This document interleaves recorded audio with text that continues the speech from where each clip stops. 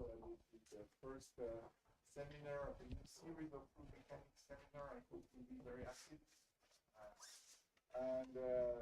So it's interesting to see how I first met or heard of Cassiano.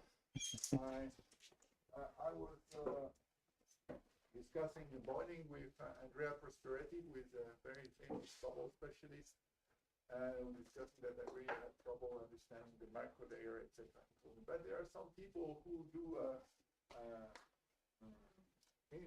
interference range optical measurements of the microlayer thickness, but he didn't know about Cassiano. So then I heard from yet other people that Cassiano had done interference range measurements, and I wrote to Andrea about it, and I was very excited. And then I looked online and I found Cassiano's thesis, even more excited. And then I discovered that really the latest thing in boiling is interference range measurement of microlayer size. So I was really excited. And then I discovered more and more things about Cassiano, and I saw his experiments, and it's so wonderful. I mean, it makes no sense that Cassiano had not given a seminar class until today. So because he actually works next door, he works at Saclay, which is maybe 15 kilometers from here. Yeah. And so we're very glad to have him here, and he can tell us about microlayer and other things about boiling. So Cassiano. Thank you, Stefan. Thank you. Do we have the screen?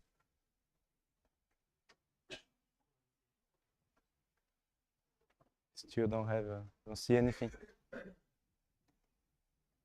But while it warms up, good morning, everyone. So as Stefan told you, today's talk will be about boiling, microlayer, contact line. I don't know if many of you know, if you know about these things, but I'll try to explain why it's like this.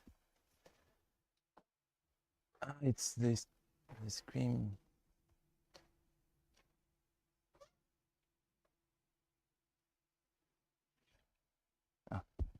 No, it's okay.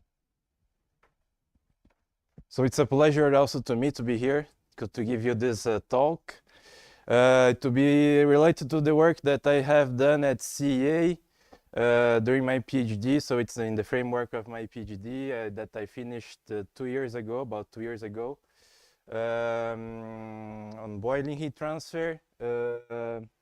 Mainly experimental work. There is some numerics I will show you, but that's not the focus of my PhD. I have worked with some colleagues in CA, but my PhD work was mostly doing experiments and developing instrumentation optics to measure something that we cannot see with naked eyes. So to start, since I'm an experimentalist, I'll try, I adapted something. So this is an experiment. Let's try if it works. If it works, I'll keep. If not, I'll adjust later. So what you see here, I like this, by the way. This is one of the experiments we have done at CA recently. This is, you warm it up, you heat up water at home to make tea or coffee or make pasta, right? Who cooks here, everyone? So when you heat up water, you see bubbles forming on the bottom, right? So imagine that this is the bottom, this is the wall, this black thing, and this white one is the liquid inside your cooking vessel. So what we call this, it's pool boiling because there is no external force, it's just static water, and we boil on the bottom. The pressure is 1 bar, and we highly subcooled. Means that the temperature here is much lower than the saturation temperature, which is 100 degrees, right? So now you hopefully see a video. So we heat up here, and these are the bubbles, or mainly one bubble forming, and so this is the bubble, this is the wall that is forming here, and you see this. Now the question for the student was this.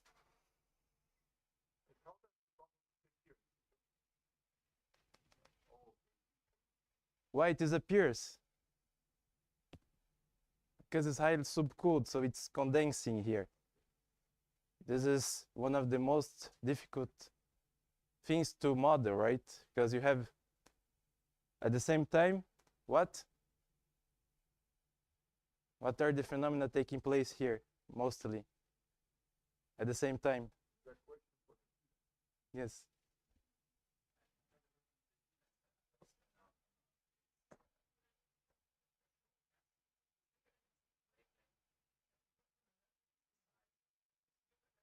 Here it's really small.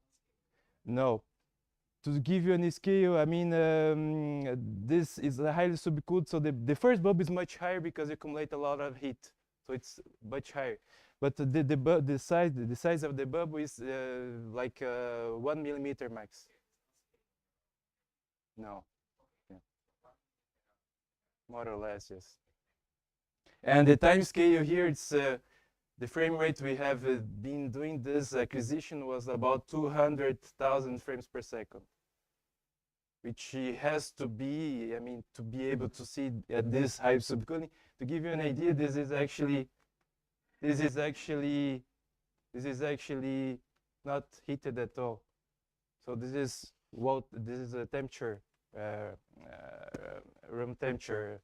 So it means that's 25 degrees. So we have a subequivalent of 75. Another question, interesting, what is these small bubbles here? Does anyone know?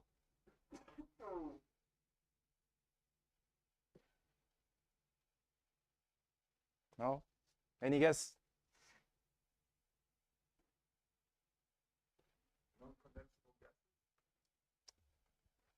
Yes. You have always the right answer. This is non-condensable gases because the pool boiling is actually open to atmosphere, so you have uncondensable gases inside the liquid, right? And this is the heat being released.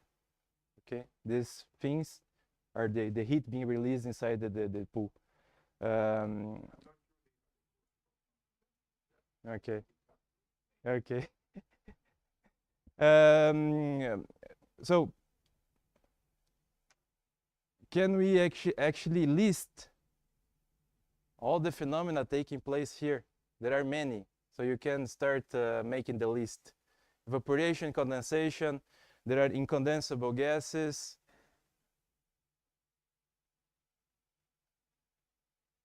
What is happening here? Wettability, right? You have wall, you have an interface, heat transfer, heat conduction, turbulence, coalescence. So I will stop here, otherwise the list will be too long. But if you want to model this and understand the physics of everything here, you need to understand many phenomena, including condensable gases, the wettability, the triple line contact, heat conduction, heat convection, the fluid flow coalescence that can happen between two bubbles, right? They can merge together when they are close to each other. You have evaporation and condensation happen at the same time. Fluid flow, anyway, I mean, the list is longer. Critical heat flux. So the question is, can we model this? Can we predict this behavior? The answer is, I would say no. If yes, please do it and we can compare. I would say no, because and why not, actually?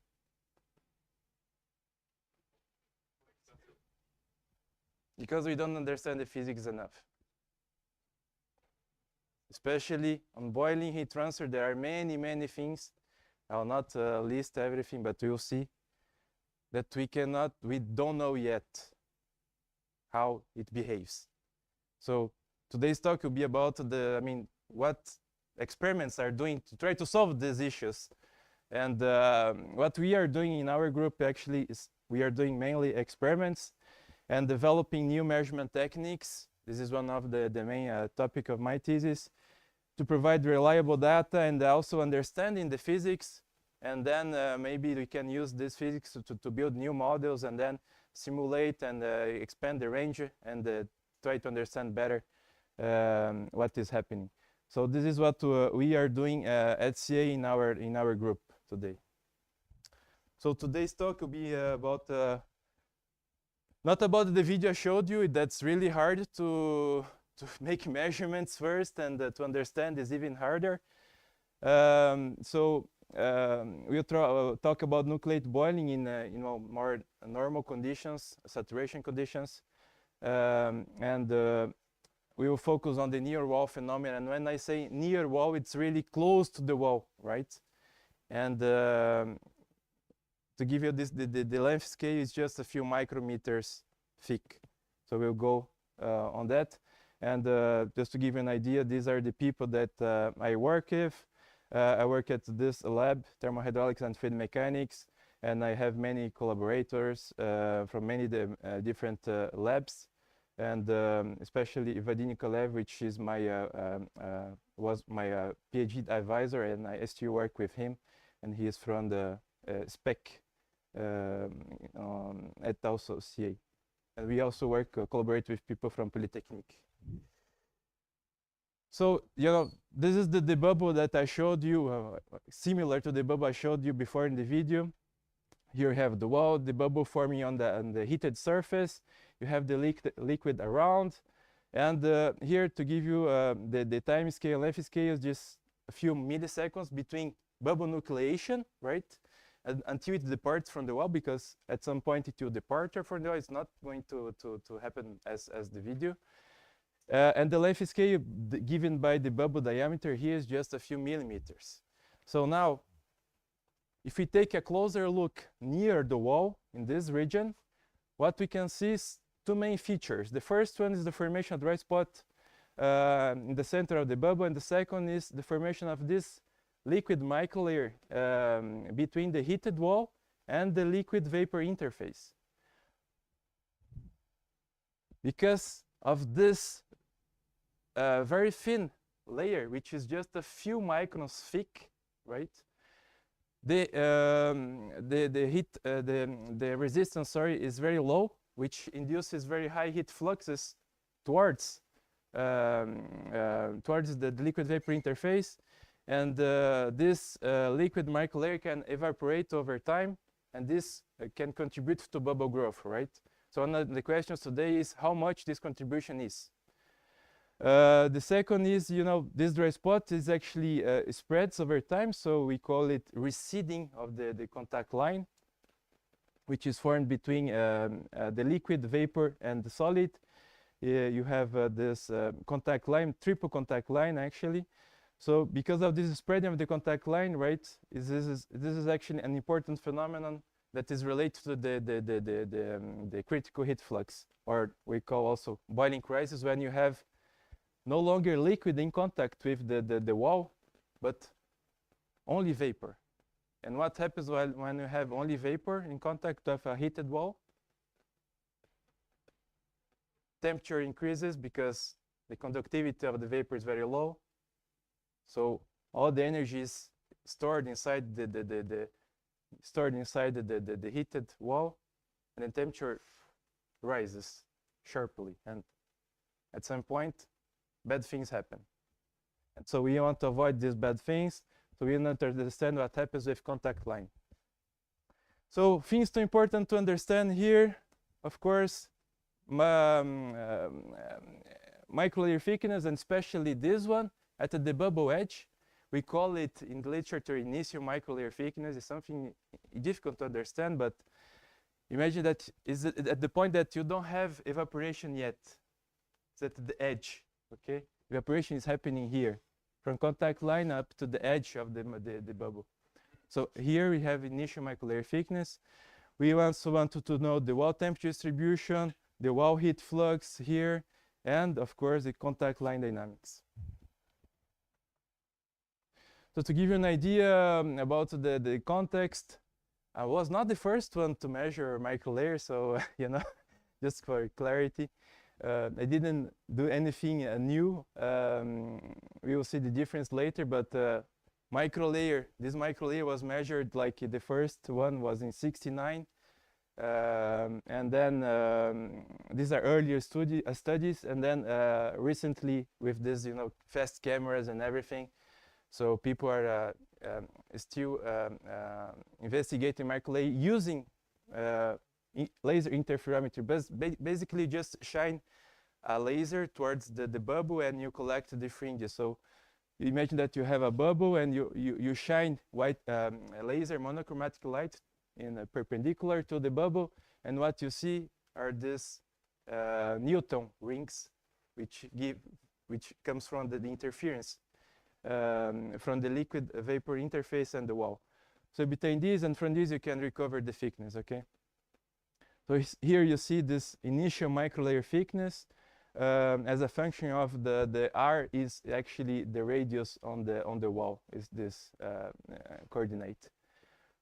It's important to notice here, it's two different heating modes. The left one is localized heating, and then the right one is especially homogeneous with a Joule effect.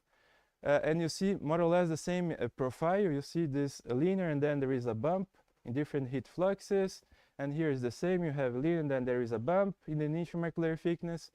So the first question is that actually people don't understand why this bump appears. First question, why you have this here? And the second is why there is no contact line receding effects on microlayer profile, right? The contact line is receding while microlayer is forming. And apparently there is no effect here, you see? Another important thing is that laser interferometry is a nice technique. It has been used for many decades.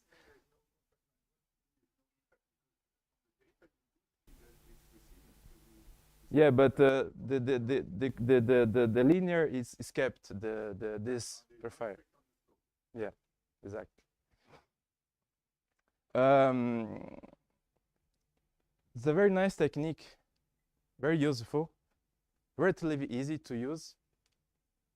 The problem is that it's a relative measure of the microlayer thickness.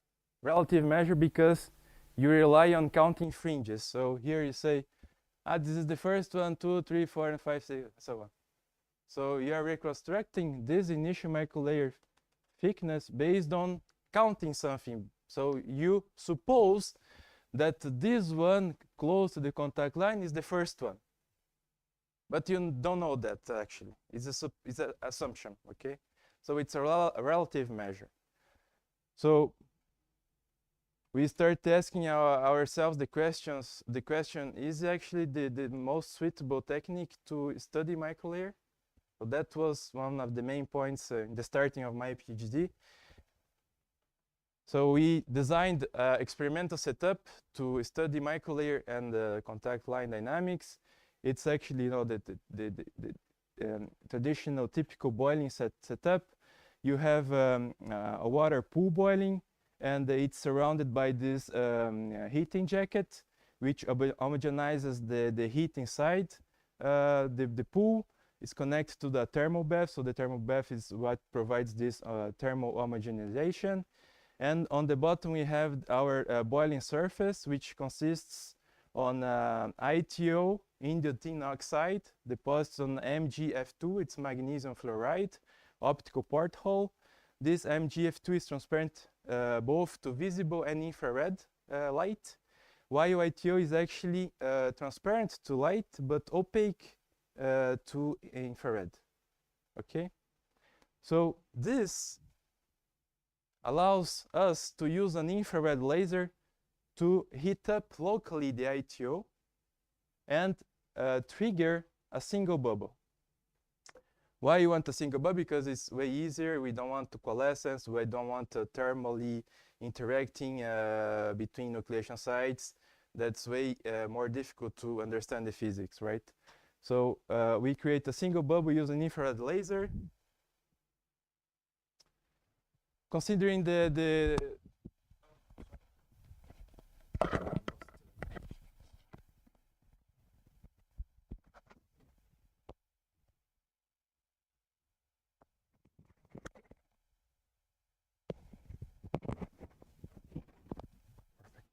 So we want to measure things, and in order to understand the physics, the first thing that we measure is the macroscopic bubble shape by sidewise shadowgraphy.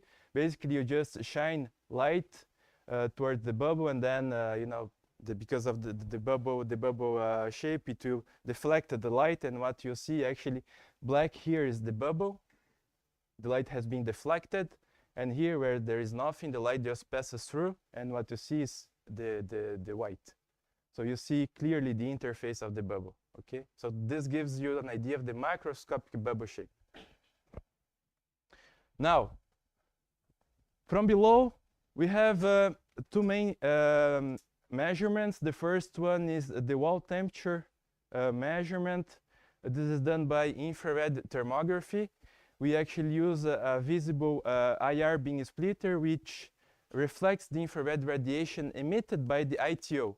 Okay, so what we observe is the wall temperature distribution over time, and based on this wall temperature, I will explain later how we also can recover the wall heat flux towards the liquid, towards this microlayer upwards. Okay, okay, and the second technique from below is the core of this experimental installation is the white light interferometry. We don't use laser interferometry to measure the microlayer thickness. So basically, you have a LED light, you shine white light towards the bubble. You get reflections at each interface, especially the liquid vapor interface and the wall.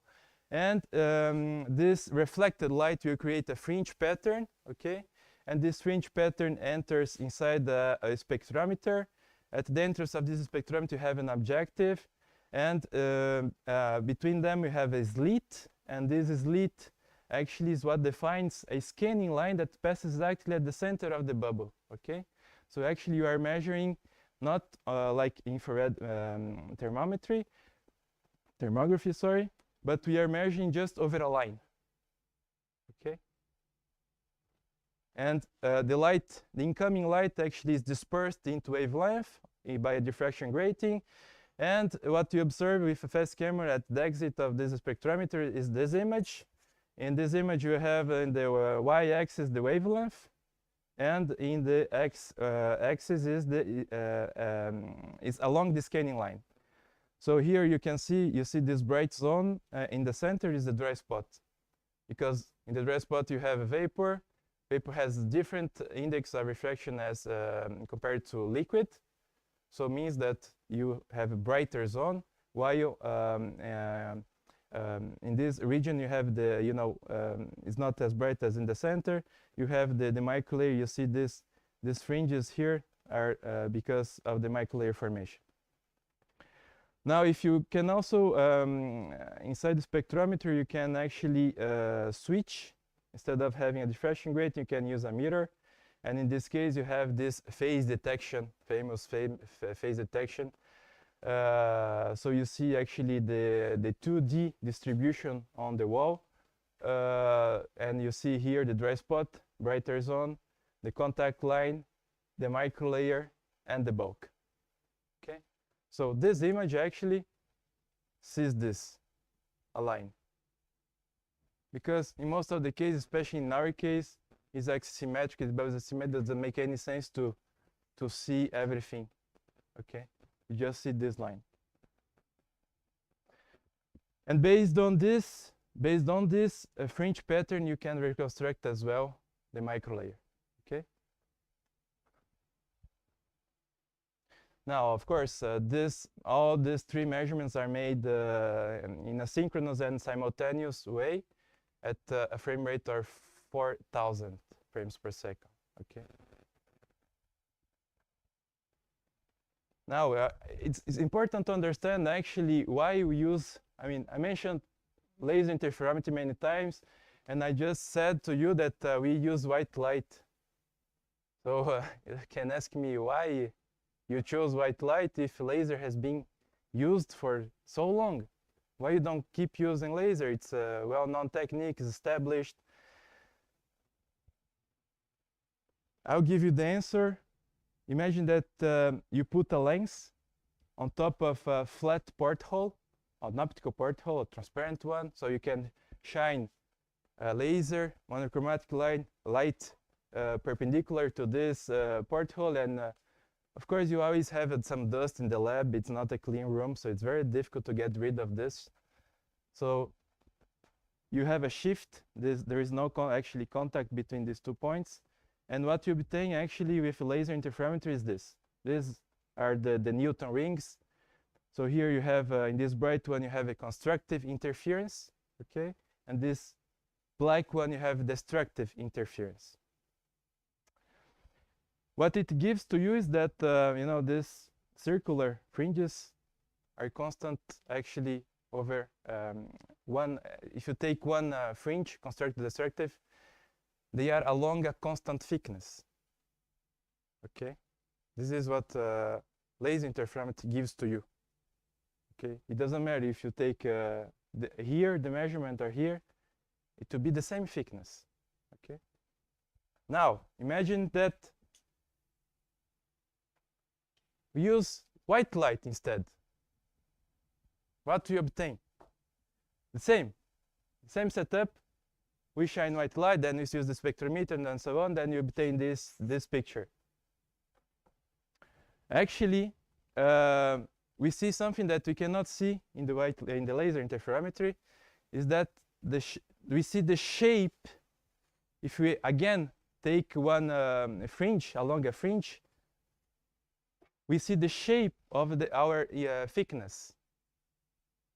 You cannot see here. Here you can see this parabolic shape here. Actually, this is the first advantage of white light compared to laser. You can see without any post-processing the shape of your microlayer during your experiments. If they are linear, if there is a bump, if there is not a bump, if there is something else. Just inspecting the fringe shape. Okay, this is a very powerful result, because it's really hard from the image you get during the experiment to tell something, right? Now, of course, we need to validate this. So you see, this is the comparison between white light interferometry and laser interferometry, and the theoretical lens shape, which is this continuous line, because we know the curvature of the lens, so we know it's the thickness. So this is the validation of both, of course. And what I want to tell you is actually take a look at 2 points, one for laser, one for white light. Actually, this point from laser interferometry is determined from one only information, which is the fringe that you pick. And you also need to know the fringe order, okay? Now, for the laser interferometry, actually, this is the information that you extract the thickness. You actually compare or make a fitting between experimental and theoretical profiles, okay? And you minimize the error between them using about 1,000 points, which are the whole wavelength band, okay? So for each point, you compute the error. Instead of 1 point, for laser, use 1,000. So this, you have many more data, which increases accuracy. This is another advantage. Second advantage is that you have higher thickness resolution. You see, for laser interferometry, you need to wait for the next interference, destructive or constructive. You have to wait about lambda over 4n to get another point. So this is about 100, you see, nanometers.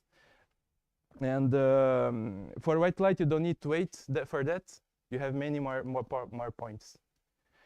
And also, very important is that white light gives you absolute, not relative, because you don't rely on fringe counting anymore.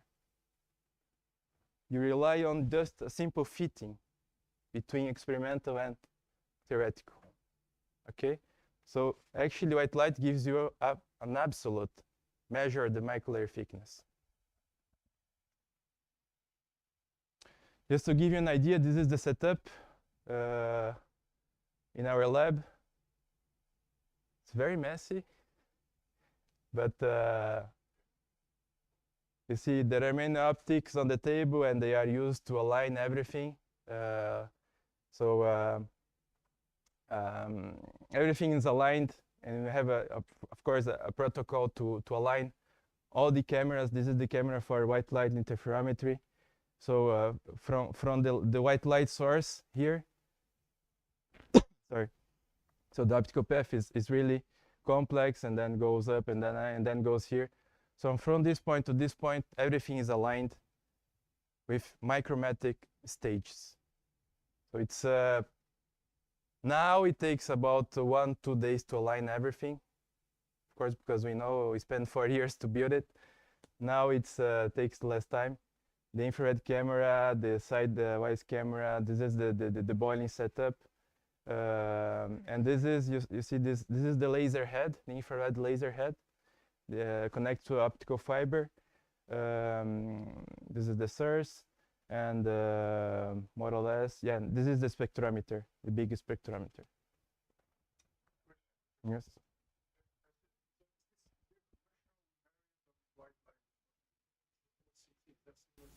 Yeah. This is for microscope, actually.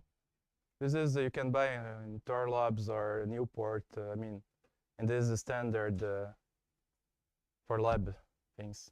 Yeah, there's nothing special about it. Yeah. You just need a lot of intensity, right? Because you lose a lot every time you pass. You know, just a reflection, especially just 5%, more or less. So you lose a lot of light from here up to here.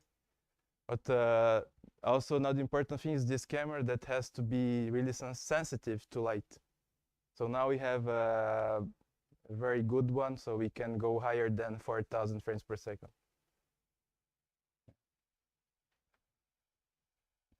Everything is commercially available here.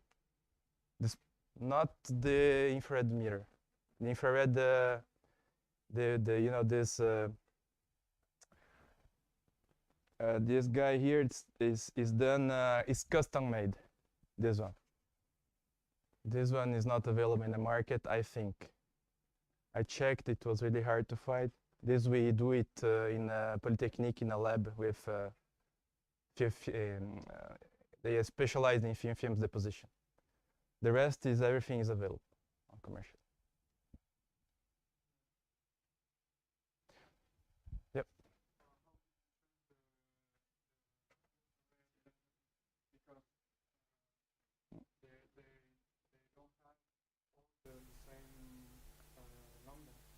Yeah.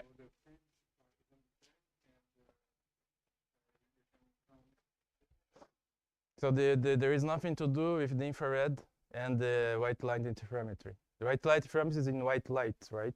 So you have white light, and then you have the infrared. So there is no, and also there is no, the infrared, that's a good question. The wavelength of the infrared laser is 1.2 microns, okay? White light is white light. And the camera is between 3 to 5 microns. So there is no conflict, spectral conflict, okay? And the infrared, answering your question, we chose the infrared laser because of its absorption, ITO absorption. ITO has to absorb the infrared laser to heat up, otherwise it don't make bubbles, okay? So at 1.2 microns, it absorbs roughly 50% of the power that is exiting the head, which is already good enough because we have a laser that is really powerful. Like we have 2 of them now. This one is 12 watts and another is 30. It's concentrated in a really small spot. It's enough to trigger the bubble. But you indeed, this is what you need to look at, the absorption curve of the ITO, spectral absorption, come to see if it absorbs or not.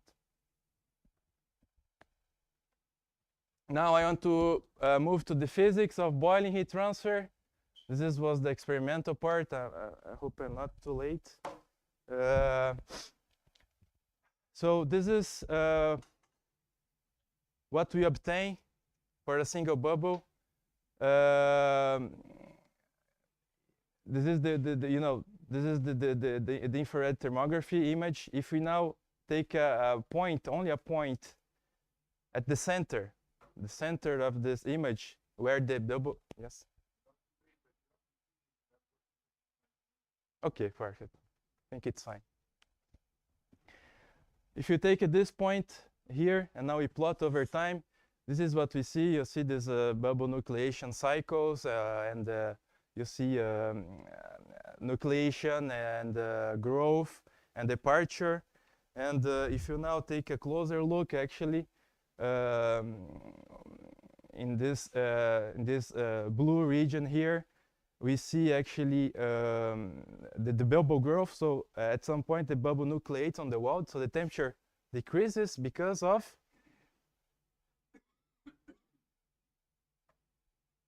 any guess, students?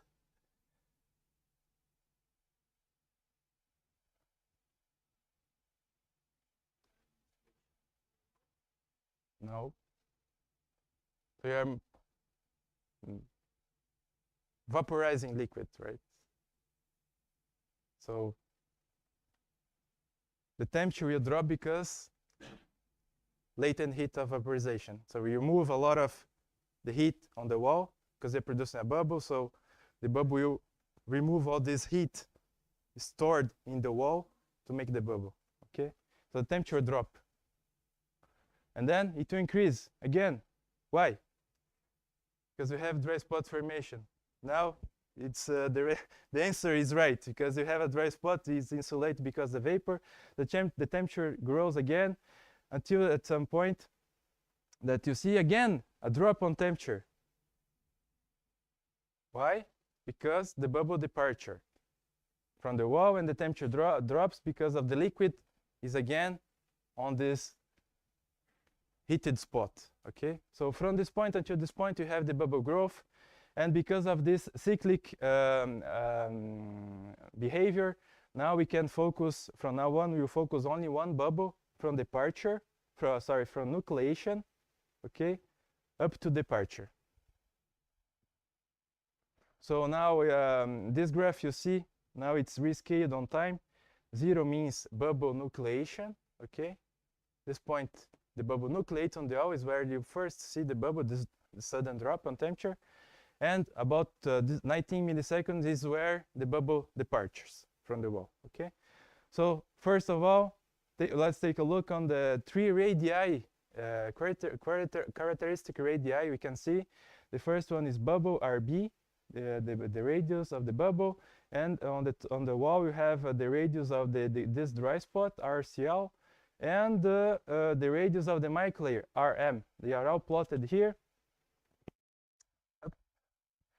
So the first regime we see is the microlayer evaporation. So means that, as you can see here, these two RB and RM, they grow really fast in the beginning. So it means that the microlayer is forming as quick as the bubble is growing. And about 125 milliseconds, you have this plateau. So the microlayer is fully formed, actually. And since we have the microlayer, RM is bigger than RCR, right? So we have this part here. So it means that microlayer is there, and heat transfer is happening, and it will evaporate the microlayer. So this is important for microlayer evaporation. The second one is, at some point, RM and RCL will coincide, and at this point we have the microlayer disappearance. Okay, so it means that these 2 points, they gather, and we only have the non-contact line regime. So there is no longer microlayer. It's important to notice actually this, this microlayer disappearance is actually because this length reduction, not because of microlayer complete evaporation. Okay, there is no complete evaporation of microlayer here. It's just because these two, you see, this decrease over time at some point disappears.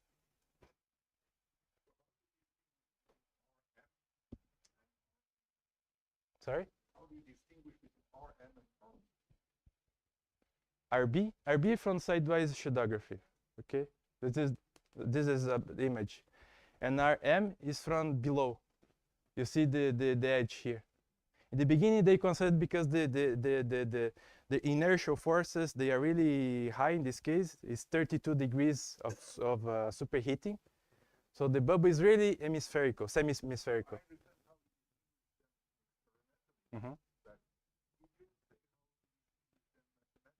Ah, yeah, that's more difficult. I'll go on that later.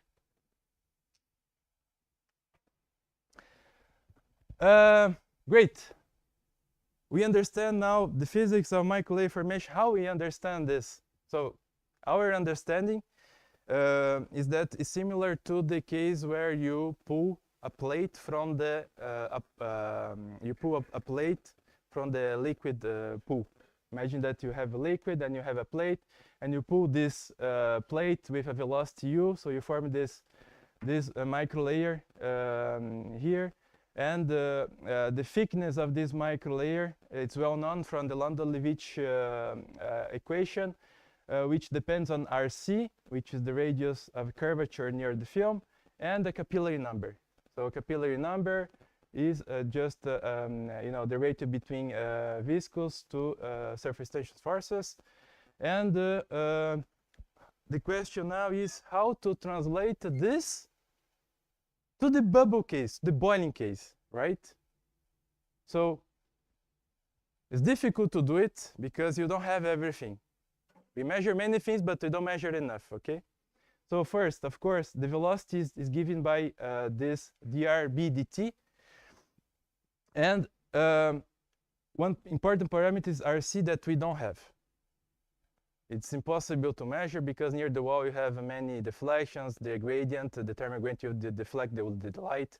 So this is not a precise measure of RC here. It's impossible to get in this experiment. So we assume something.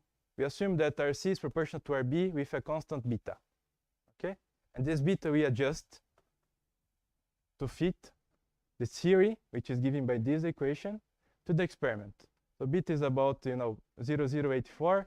And you see, this is our experiment in blue, and the theory of Landau-Levich. So in this part here, on this bump, we have the measurements and we can compare, so we have a good agreement.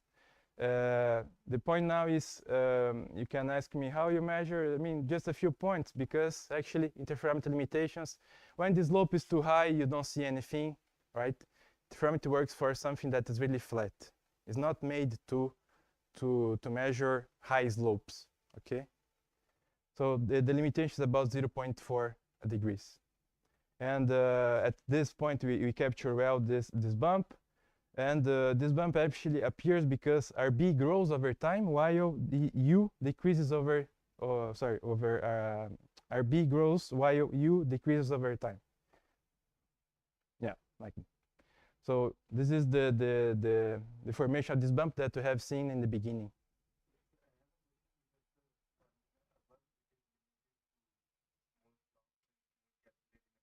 Mm-hmm. And could you, for example, to verify this, could you vary capillary number? Yeah, we have measured it, and it's low. It's 10 minus, I'm not sure now, it's 10 minus 3, something like this. And you can see the shading with capillary number. Yeah. Capillary number is quite low. So I put this because I know that you guys do a lot of simulations. I know that questions might arise, and we have done some simulation in collaboration with Xiaolong Zhang, working in our group. And we have done some simulation using the 2D lubrication approximation, because the Reynolds number is low inside the microlayer, and the thickness of the microlayer is much lower than its extent on the wall. So you can use the lubrication approximation. So basically, the Navier-Stokes equations, you take it and you neglect all the inertial terms, and you have the Stokes equations, right? So this is what lubrication approximation means. So you don't have inertia in this microlayer. You have inertia on the bubble, but you don't have inertia in the liquid in the microlayer.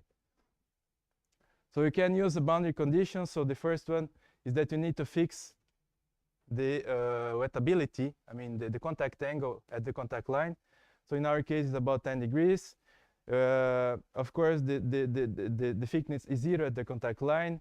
You have a finite liquid pressure at the contact line, and then you impose meniscus curvature RC at RM, which is here, this point. You impose RC, and the bubble is expanding with UB. And this RB comes from the experimental setup, okay?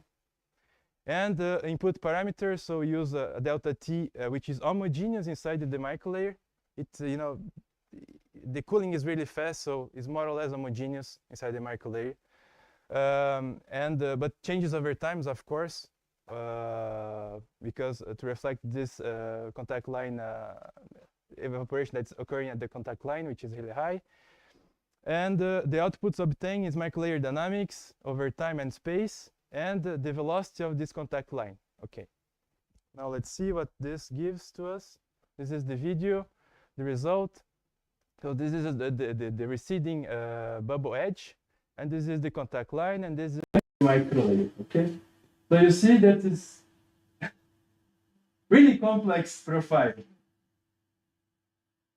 All right. Much more.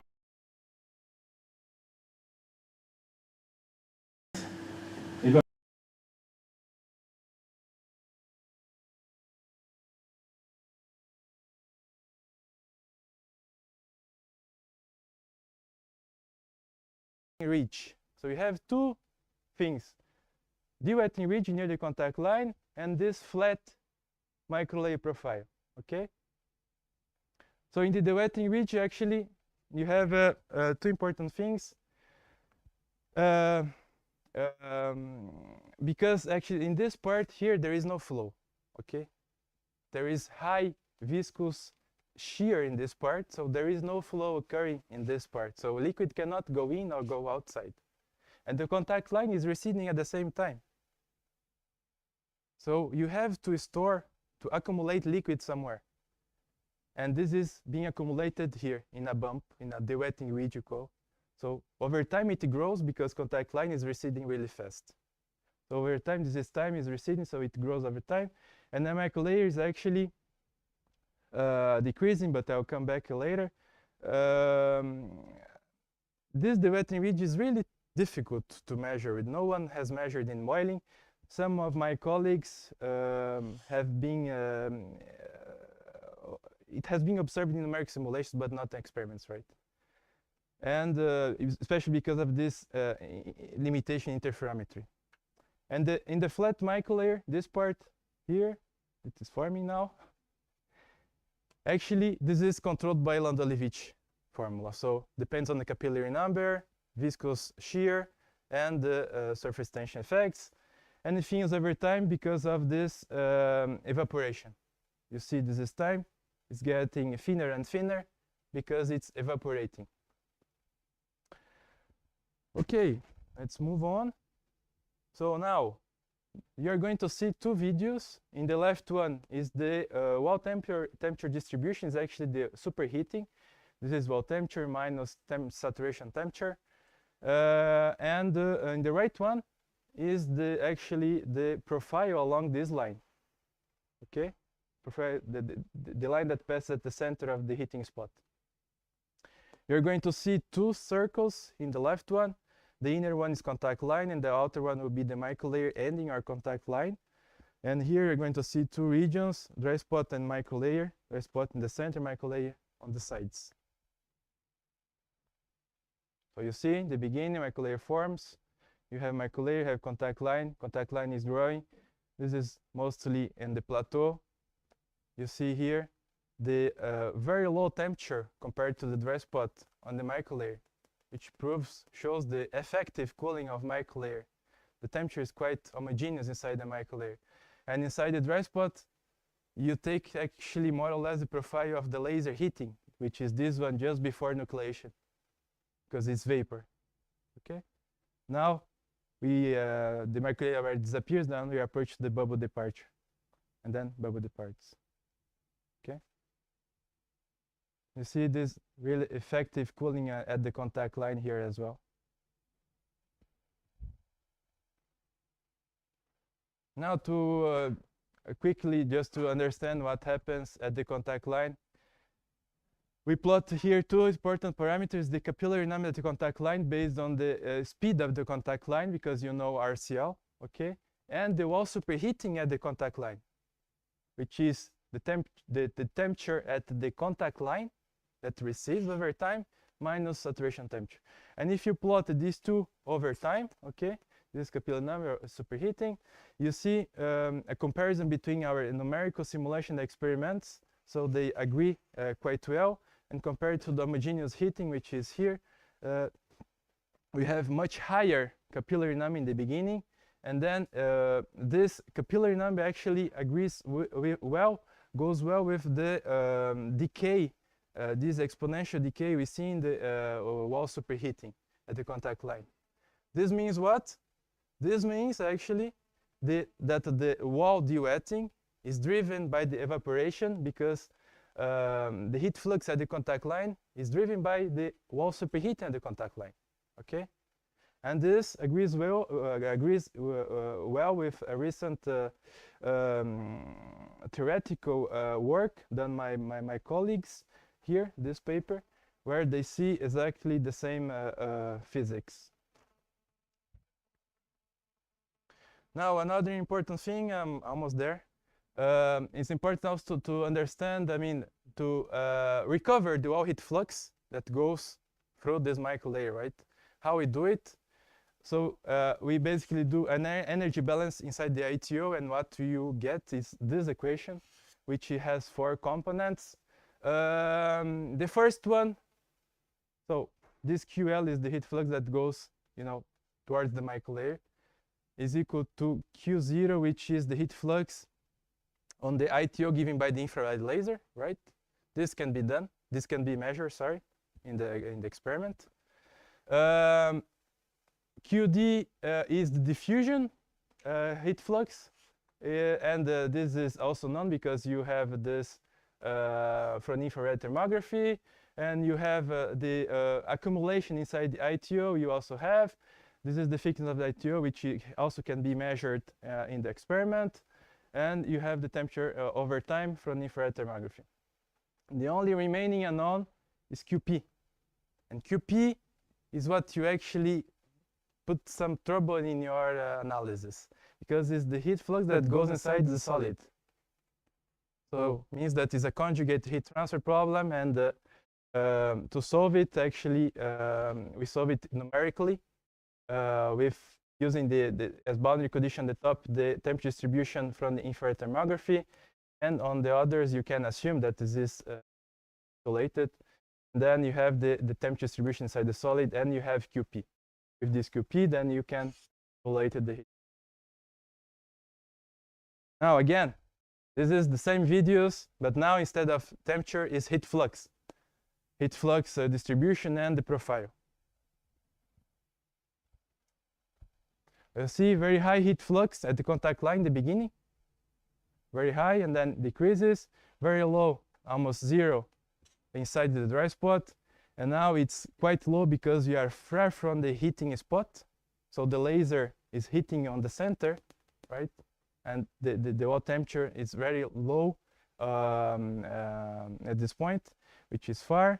Now we are going back again to the center. The contact line will advance towards the bubble center, and you see another peak again on the heat flux, and the bubble departs. Okay. Now, last one. What is the beauty of this experiment? We can measure many things, right?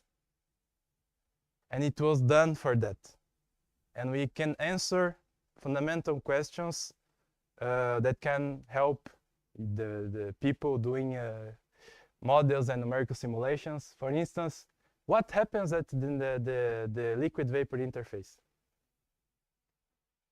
We know that there is a theoretical limitation, right? There is a resistance there, which is related to the velocity of these molecules leaving the interface. It's not infinite. It cannot be infinite, right? So With the kinetic theory, you can show that there is a resistance which is given by this equation. And in this equation, you have everything. This is thermophysical quantities, and one tricky parameter is this F. F is what we call the accommodation coefficient. It just represents the sticking of these molecules to the interface, right? So if you put F equal 1, you say that the resistance is, the theoretical one is the minimum, right? It's the minimum resistance you can have. Okay, great. Now, in the experiments, if we write the heat flux equation towards the microlayer, you also have the resistance at the interface. The heat transfer through the microlayer is driven by the wall superheating, and the resistance are the conductive one plus what happens at the interface. This we know from interferometry. This we have solved, we have reconstructed. This we have measured precisely. The only parameter left is this one. So we can tell this one, what happens with this one, with regards to this one, and with this one. If we plot now, over time, resistance, this one, divided by the theoretical one, which is just a value. This is constant. And also we plot the F value, which is this one. So we see that actually increases over time, representing a decrease of the accommodation coefficient F from 1 down to 0.003 here. And these are other pool boiling experiments done by my colleagues, which from MIT, and Justine is actually using the data from Kim from Korea. And you see that actually after some time we agree on the accommodation coefficient. And then, okay, first you need to say what is happening to increase this accommodation coefficient. We think is actually impurities or incondensable gases that we have seen in the beginning being accumulated near the interface, which creates this resistance, right? Now, you can tell me, Cassiano, you have really high bar. I mean, the bar error is so huge. Why? These problems you posed mathematically. This means that these fluctuations that we have from the infrared thermography, they are propagated over our computation, and then in the end, you have these large error bars. So one conclusion is that actually this is not a good technique to actually evaluate accommodation coefficient. Maybe need to think of something else. Now, compared to the this one, because they are competing, if you plot Ri over Rc, you see that also increases over time. You know, this behaves because actually Rc decreases because of microlayer evaporation. This guy is, the thickness is always decreasing over time, and this one is always increasing. So this can only increase. And in the end, you see is about half. So it means that this is not negligible regards with this, but in the beginning it is. In the beginning, it's quite low. Okay, last one. We can also answer the question I mentioned in the beginning. What is the contribution of microlayer evaporation to overall bubble growth? Right? Is it significant? Is not? When you do a simulation, you take into account or not? We can evaluate this with this parameter alpha. If we integrated the heat flux all over the microlayer extent and divide by the latent heat that we need to increase the volume of the bubble, right? From the sidewise shadowgraphy, we have this information. And from heat thermography, you have this information. So we divide these two, and what will be obtain at some point in the beginning, of course, the contact line is receding really fast. You have high heat flux, so it's a bit transient in the beginning, and then after it reaches a plateau of about 18%. Compared to other results, similar experiments, they also obtain something very similar.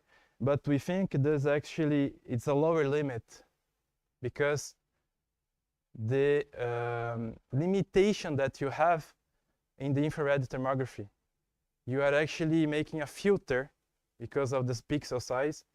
This is way too imprecise to give a precise answer. So to conclude, what we have done in our lab is to develop these high speed and resolution techniques to investigate microlayer, contact line. We are able to measure many things at the same time: microlayer thickness, wall temperature distribution, contact line dynamics, the heat flux we can reconstruct. We can see this microlayer is actually very complex, consisting of a growing dewetting ridge and a flat film that thins over time. The contribution is about 18%. We also have seen this issue on the interfacial thermal resistance. This might be linked to the impurity accumulation at the interface. Questions that we don't know yet and would be nice. Does the dewetting ridge always exist? How to measure it? We don't know yet how. And maybe one day we'll be able to do the velocimetry or thermography inside the microlayer. It's very thin, very difficult to make a measurement to make. So that's it. Thank you.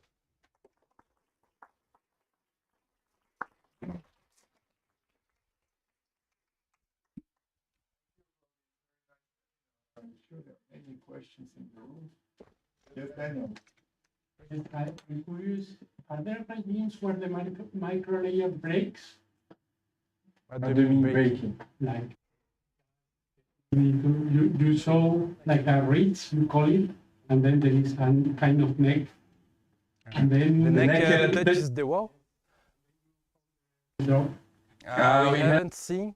Maybe when it's difficult to say because if the microlayer thickness is smaller, so it means that the bubble growth is small, is not the velocity of the suspension is not that high.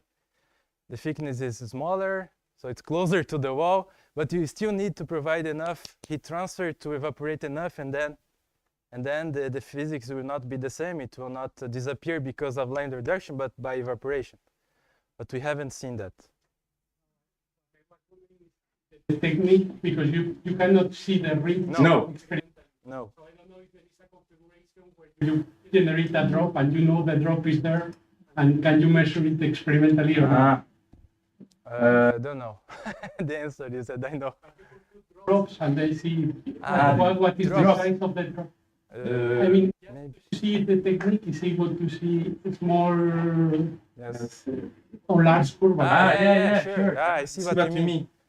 Maybe to be tried. I don't know the answer. You see something that's not there, right? No. But the point is that the coverage is really high, so the light will be diffused everywhere. So it means that it's really difficult to catch something. Experimental protocol that you can follow to know what you can. Sure. I agree. We are thinking about it, but we don't have an answer to that. Yeah, I had a question. Do you observe this dewetting rate in other experiments, like maybe cooling plate or other receding? This has been seen in diabetic. It occurs the same because it's not a problem of the it's not heat transfer related, but it's a problem of the wall dewetting.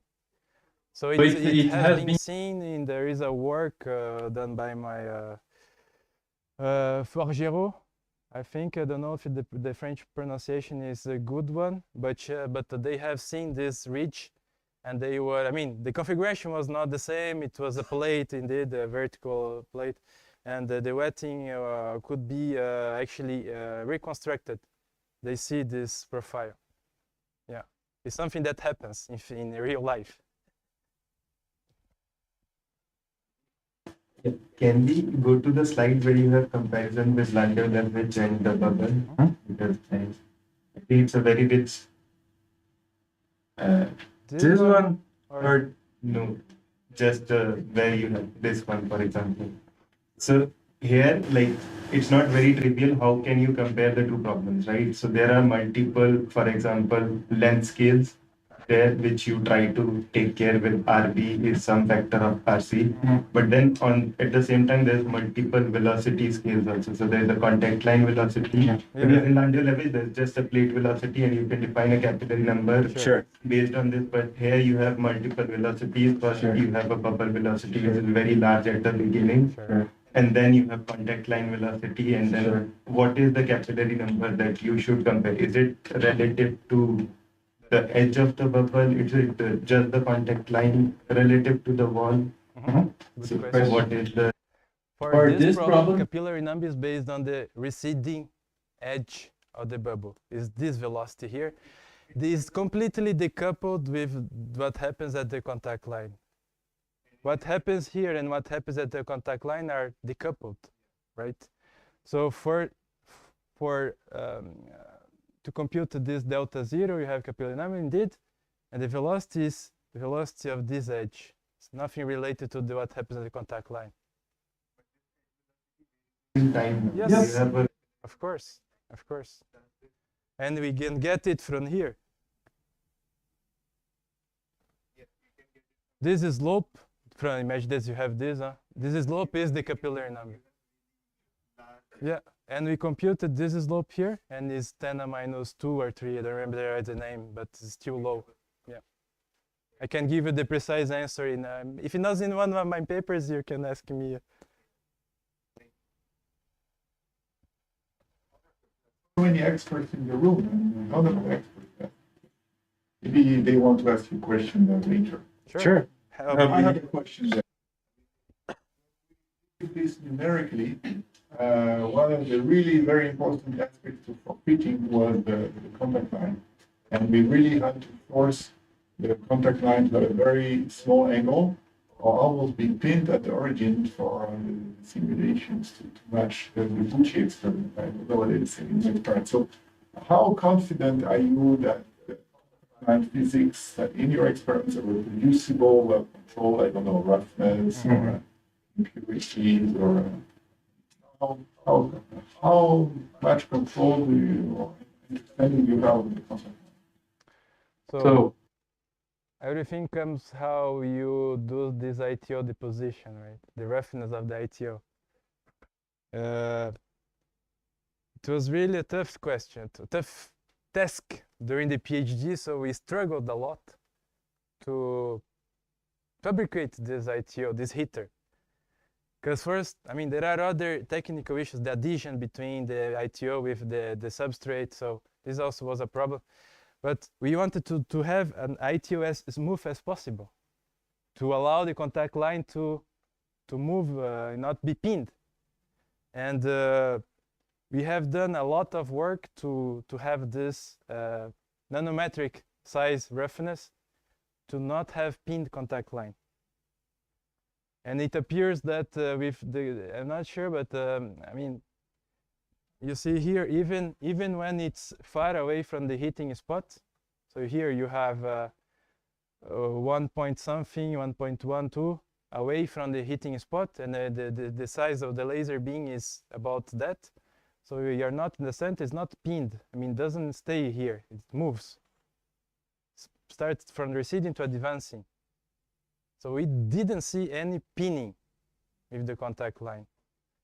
And this is done with my colleagues from Polytechnique. It's a lab, specialized in thin film deposition. So they really mastered the way we deposit the ITO on this substrate. Yes. Thank you. Thank you for your ITO. I have a question because in the microlayer simulation with the lubrication model we will use, you put a value of the contact angle. It was something like 10 degrees. And where does it come from? Actually, the best question so far. It's really tough, that question, first of all.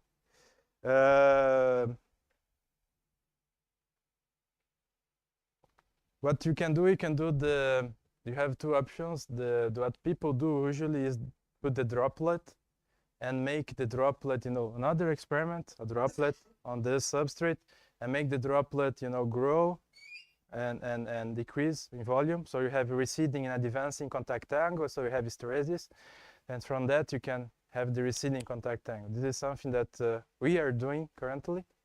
What we have done as well, that I put a backup slide because I knew this question would arise.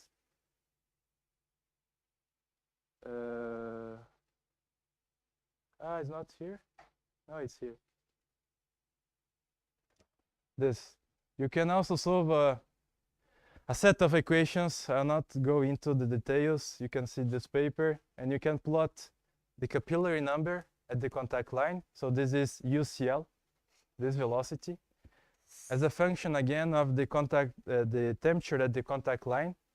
Okay, and you can solve this equation for different theta micro, which is this angle that you see in this experiment, this 30, 20, and 10. And you can compare with the experimental. This is experiments, and this is the simulations of these equations. And then you see that in the beginning, of course, it may tell you that it's 20, but then it goes to 10. Actually, these equations are average. You see, they are average. So this is actually in effect, but they group at 10 in the end. And this is the angle that we use for the simulation, which is more or less the angle we see on the experiments as well.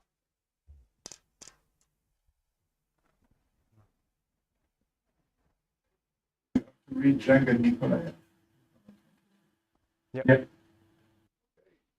No more questions. Thank you again. Yeah.